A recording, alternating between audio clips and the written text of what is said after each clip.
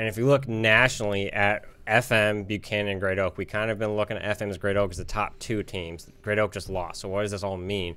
If you compare the season best speed ratings, we had Great Oak at 9 to start. For those, you look at those 3 teams.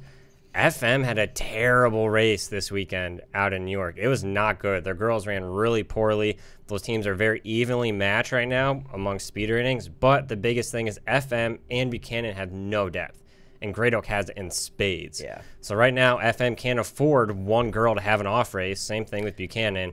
And I talked about it last week where I said the FM boys have a better chance of winning out in the regular season than the girls. And we saw last week the FM girls look they didn't nearly lose. They had a cushion over Niskayuna, but it was closer than I think people thought it would be. One of the big things with them, or with the teams in general, like both teams are very good at peaking when it counts, especially that FM team. Yep. So they might have had a bad race now, but you can never count them out, obviously, because they know how to peak. And even Doug Soul said himself, he's like, FM knows how to peak well. He gets those, they get those kids in shape at FM. And you're going to find kids late in the season into October and into November that they're just going to step up.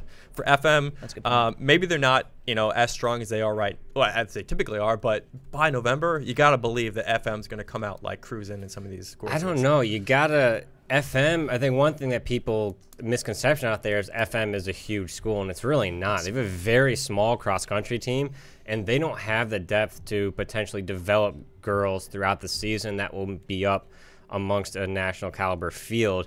And so if their top 5 to 7 aren't working out, there's not a lot of depth back there in that JV squad to come up and impact and score in that top 5.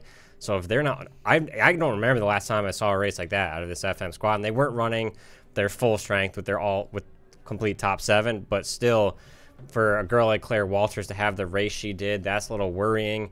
It reminds me a little bit a couple years ago at McQuaid when Elmira upset FM. That was the first time in 11 years that they lost to a team in New York. This FM team looks like they could be a little bit vulnerable, so it'll be really interesting as they likely go to McQuaid or Manhattan this year and get in a deeper field and strong race to see how they can bounce back from this.